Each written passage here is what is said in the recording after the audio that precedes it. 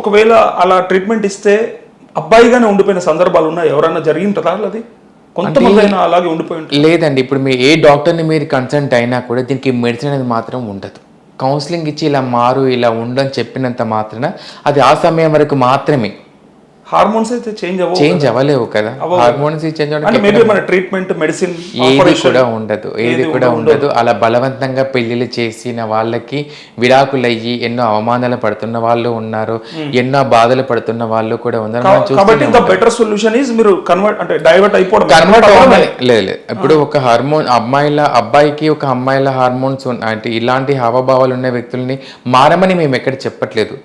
తన ఇష్టం, తను అలా ఉన్నా పర్లేక తన ఇష్టానుసారంగా బ్రతికే విధంగా స్వేచ్ఛ హక్కును కల్పించాలి. Family first. ఓకే, కానీ యాక్చువల్గా మీ అంటే బాధాకరమైన విషయం ఏంటంటే ఫస్ట్ ఇంట్లో కూడా భరించలేని పరిస్థితి. ఇక్కడ ఒక విషయం తెలుసా అండి, తనకు పుట్టిన బిడ్డ అయినప్పటికీ సరే అది ఎట్లా పుట్టినా సరే అని చెప్పి భరించే శక్తి తల్లిదండ్రులకు కొంత తక్కువ ఉంటుంది ఆ విషయంలో మాత్రమే.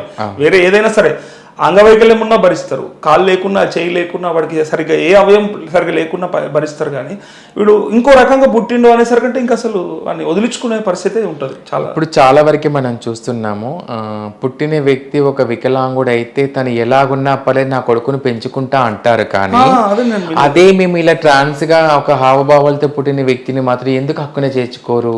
అందులో మళ్ళీ మీదే తప్పన్నట్టుగా నిందిస్తా ఉంటారు, మళ్ళీ క్వశ్చన్ మార్క్ చేయడం ఇవన్నీ చేస్తూ ఉంటారు. ఫస్ట్ ఫ్యామిలీలో చేంజెస్ రావాలి.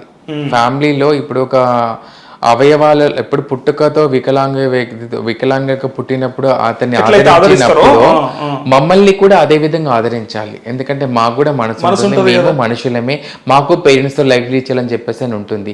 బలవంతంగా కొట్టడము, చిత్రహింసలు చేయడము ఇలాంటి గురి చేయడం వలన చాలా వరకు ఇంట్రెస్ట్ ఫీల్ అయిపోయి చనిపోయిన వాళ్ళు కూడా ఉన్నారు, బయటికి రాలేని వాళ్ళు ఉన్నారు. ఫ్యామిలీ వాళ్ళు ఏమని బేరిస్తారంటే నువ్వు ఇలా ఒకవేళ కనుక నువ్వు ఇప్పుడు తట్టుకోలేక నేను ఇలా చేంజెస్ అవ్వాల్సి అనిపిస్తే అంటే వాళ్ళు ఏమంటారంటే మేము చనిపోతామని బెదిరిస్తారు. అలాంటి వాటి వల్ల కూడా వెనకపడిపోవాల్సిన అవసరం వస్తుంది.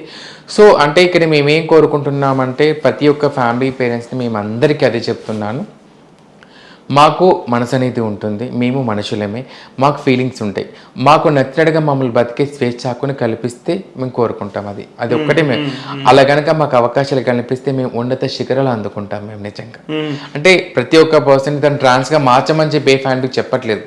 తను ఒక గేగా ఉన్నా కూడా ఇప్పుడు సర్జరీ కాకుండా పర్సన్ మేము గే అని చెప్పేసి అంటాం మనం, మన భాషలో స్వలింగ సంపర్కుడు అని చెప్పేసి అంటాం మనము. సో అలాంటి పర్సన్ని మనం ఏం చేస్తామంటే ఫ్యామిలీ వాళ్ళు అర్థం చేసుకొని తనకు నచ్చిన విధంగా స్వేచ్ఛ హక్కును కల్పించండి. బలవంతంగా పెళ్లిళ్ళు చేయడం కానీ, బలవంతంగా తను ఇది స్టడీ చేయమని చెప్పేసాను కానీ, బలవంతంగా అబ్బాయిలకి నటించమని చెప్పడం కానీ ఇలాంటి చేయడం వలన తను మానసికంగా చాలా కుంగిపోతూ ఉంటారు. అది నీ ఫ్యామిలీకి చెప్పేది. ఓకే, సో మీ విషయంలో సరే మీరు గుర్తుపట్టినరు, మీకు అర్థమైంది, నేను మారాల్సిన పరిస్థితి వచ్చింది అనే విషయాన్ని మీరు ఆల్రెడీ మీకు తెలిసిపోయింది కదా. అప్పుడు మొట్టమొదటిగా అంటే ఎవరికి చెప్పారు? అమ్మక, నాన్నక, ఇంట్లో ఎవరైనా యాక్సెప్ట్ చేసిరా లేదా? చెల్లికి ఇబ్బంది అయిందా? మా చెల్లికి చెప్పారా? చెల్లి అప్పుడు అర్థం చేసుకొని అమ్మ వాళ్ళకి చెప్తే అమ్మ వాళ్ళు ఒప్పుకోలేదు, నాకు బలవంతంగా పెళ్లి చేద్దామని చూశారు. అట్లా కూడా. సో నేను అంటే బలవంతంగా పెళ్లి చేద్దాం నాకు ఇంటర్ అట్లా చేద్దామని అనుకున్నారు అప్పుడు వాళ్ళు. అప్పటికి నేను అప్పటికి ఒక మాట చెప్పేశాను వాళ్ళకి, ఇట్లా ఒక అమ్మాయిని మాత్రం మోసం చేయడం తప్పది. నేను చెప్పి చూశాను వాళ్ళకి, వాళ్ళు వినలేదు. నేను చెప్పకుండా చేయకుండా పారిపోయి బయటకు వచ్చేసాను. ఏం చెప్పారు యాక్చువల్గా వాళ్ళకి? అంటే వాళ్ళకి ఎట్లా నేను చెప్పాను వాళ్ళకి, నాకు ఇట్లా హావాభావాలు ఇలా అమ్మాయిలా నాకు అన్ని ఫీలింగ్స్ ఉన్నాయి, నాకు నేను పెళ్లి చేసుకున్న తనతో సంతోషంగా ఉండలేను, ఒక అమ్మాయి మన లైఫ్లోకి వచ్చేటప్పుడు లైఫ్ లాంగ్ మనతో హ్యాపీగా ఉండాలని చెప్పేసి అని వస్తుంది, అమ్మాయిని మోసం చేయలేను నేను, నాకు ఈ పెళ్లి ఇష్టం లేదు అని చెప్పేసాను. వినలేదు వాళ్ళు. రియాక్షన్ ఇక్కడ ఎందుకు పోస్ట్ వచ్చేసింది అంటే వాళ్ళు ఏమనుకుంటారంటే ఇలా పెళ్లి చేస్తేనే మారుతాడు వాడు, పెళ్లి చేస్తేనే మారుతాడు, నా కొడుకు అవమానాలు భరించకపోవడం, పెళ్లి చేస్తేనే ఒక నోటి మాట బంద్ చేసిన సొసైటీది అని ఒక ముద్ర పడిపోతుంది వాళ్ళకి. అది తప్పది. కానీ నేను నా మనసుకు తప్పు అనిపించింది, నేను వెంటనే ఇమీడియట్గా మా వాళ్ళకి చెప్పకుండా చేయకుండా బయటకు వచ్చేసాను, సర్జరీ చేసుకున్నాను. సో అందరి లైఫ్లో ఇదే జరుగుతూ ఉంది ఎక్కువ. చాలా పేరెంట్స్ యాక్సెప్ట్ చేసి ఇంట్లో పెట్టుకొని ఉన్న వాళ్ళు అసలు లేరు అనిపిస్తా ఉంది. ఎక్కడో చోట ఉన్నారు, ఇప్పుడు కొంచెం సొసైటీలో మార్పు వస్తుంది, ఎక్కడో చోట మాత్రం ఉన్నారు ఇప్పుడు. సో బాధ అనిపించదు ఒకసారి, అంటే ఇటు కుటుంబంలో ఆదరణ ఉండదు, కనీసం సమాజంలోకి వచ్చిన తర్వాత సమాజంలోనన్నా మిమ్మల్ని మంచిగా చూస్తారా అంటే అట్లా కూడా కనిపించదు కదా. సో ఏడ్చిన సందర్భాలు చాలా ఉంటాయి కదా, బాధపడే సందర్భాలు. ఒంటరిగా 4 గోడల మధ్య నరకయాతన అనుభవించిన రోజులే ఎక్కువ ఉన్నాయి మన ఎందుకంటే life లో. మనం ఎందుకంటే చేసిన తప్పు అంటే వేరు భరించవచ్చు, మీ చేతిలో ఏమి లేని విషయం ఇది, పేరెంట్స్ చేతిలో కూడా ఏం లేదు ఇది. అంటే ఇప్పుడు అది మేము రాసుకొని వచ్చిన రాత అనాలో లేకపోతే దేవుడు పెట్టిన వరమని అనుకోవాలో చెప్పలేము ఇది మనం అక్కడ. అంటే 4 గోడల మధ్య ఇటు కుటుంబం నుంచి ప్రేమ పొందకపోవడం, ఇటు సొసైటీ ఇవన్నీ పొందకుండా ప్రతిరోజు ఒక నరకయాత్ర అనుభవించిన రోజులే మాకున్నాయి ఎక్కువ. ఇది కారణం కుటుంబం అర్థం చేసుకోలేకపోవడం. సొసైటీని నేను ప్రశ్నించాను, కుటుంబాన్ని ప్రశ్నిస్తా.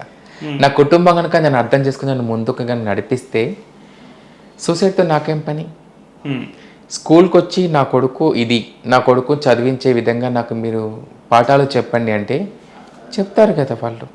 నా కొడుకు ఎలా ఉన్నా పర్వాలేదు, నా కొడుకు నాకు హీరో అని చెప్పేసి ఎందుకు అందరు ఫ్యామిలీ మెంబర్స్. సో మార్పు రావాల్సింది కుటుంబాల నుంచి. నేను ఈ సొసైటీని అన్నాను, ఎందుకంటే సొసైటీ ఇవ్వడండి, వాడు వచ్చి మాకేం పెట్టట్లేదు, వాడు ఏం మాకు పూట భోజనం పెట్టడు. నాకు ఆపదస్తే నా కుటుంబం చూసుకుంటుంది కానీ నా తల్లిదండ్రులు చూసుకుంటారు. నా తల్లిదండ్రులకు ఏమైనా ఆపదస్తే నేను చూసుకుంటాను. సొసైటీ వచ్చి నన్ను ఏం ఆదుకోదు కదా. నాకు సొసైటీతో నాకు అవసరం లేదు. నా కుటుంబంలో కనుక మార్పు అనేది కనుక వస్తే ప్రతి ఒక్క transgenders and LGBTQ community persons అందరూ కూడా ఉన్నత స్థాయిలో ఉంటారు అనేది. ఎందుకంటే మీకై మీరు కోరుకున్న జీవితం అయితే కాదు ఇది, అసలు మీ చేతిలో లేని విషయం ఇది. ఆ కుటుంబానికి తన కూతుర్ని దీవించాలి, తన కూతురికి పుట్టిన పిల్లల్ని దీవించాలి, తన కొడుకు పుట్టిన పిల్లల్ని దీవించాలి, ఆ కుటుంబాన్ని దీవించాలి. కానీ అదే కుటుంబంలో మేము ఇలా పుడితే మాత్రం ఆ కుటుంబానికి మేమొద్దు. ఎందుకని? సో మీరు అక్కడ నుంచి వచ్చేసిండ్రు కదా, ఇంటి నుంచి వరంగల్ నుంచి వచ్చేసారు. ఎక్కడ పోయిండ్రు ఫస్ట్? అసలు మా కమ్యూనిటీ మెంబర్స్ దగ్గరికి వెళ్ళిపోయాను. మా లైలా గురు గారు ఉన్నారు నాకు, తన దగ్గరికి వెళ్ళిపోయాను. మధ్యరాత్రి బయలుదేరి వెళ్ళిపోయి తనకు అన్నీ చెప్పాను, ఇట్లా ఏడ్చాను బాగా అది ఇది అని చెప్పేసి. తను కూడా నాకు కౌన్సిలింగ్ ఇచ్చారు ఫస్ట్. సో నాన్న నువ్వు చదువుకుంటున్నావు కాబట్టి చదువు మీద ప్రయాణం కొనసాగించినప్పుడు అప్పుడు మా జీవనాధారం అందరికీ తెలుసు, బెగ్గింగే చేయాలి, మాకు ఎలాంటి జీవనాధారం లేదు. అటు చదువుకుంటూ ఇటు నేను బెగ్గింగ్ చేస్తూ నా జీవనాధారం కొనసాగించాను. దీనికి ముందు ఒక ప్రశ్న, బెగ్గింగ్ అంటున్నారు కాబట్టి ఇంటికాడ అంటే అమ్మ నాన్న ఏం చేసేటోళ్ళు?